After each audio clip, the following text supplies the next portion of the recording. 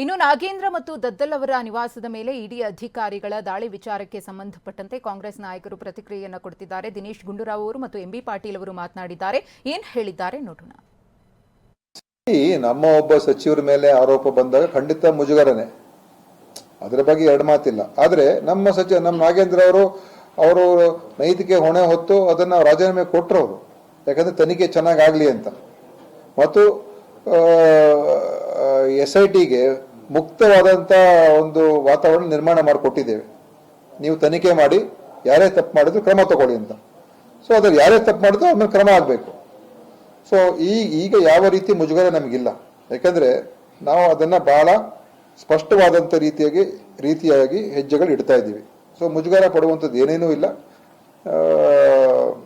ಅದು ಸರ್ಕಾರ ಇಂಥ ಘಟನೆಗಳಾದಾಗ ಸರ್ಕಾರ ಯಾವ ರೀತಿ ನಿರ್ವಹಿಸ್ತದೆ ಅದು ಮುಖ್ಯ. ನಮ್ಮ ನಿರ್ವಹಣೆ, ನಮ್ಮ ಒಂದು ಪ್ರತಿಕ್ರಿಯೆ ಅದು ಮುಖ್ಯ. ಸೊ ಅದರ ಎಲ್ಲತ್ರಲ್ಲೂ ನೀವು ಸರ್ಕಾರ ಎಡವಿದೆ ಅಂತ ಯಾರು ಕೂಡ ಹೇಳಕ್ಕಾಗಲ್ಲ.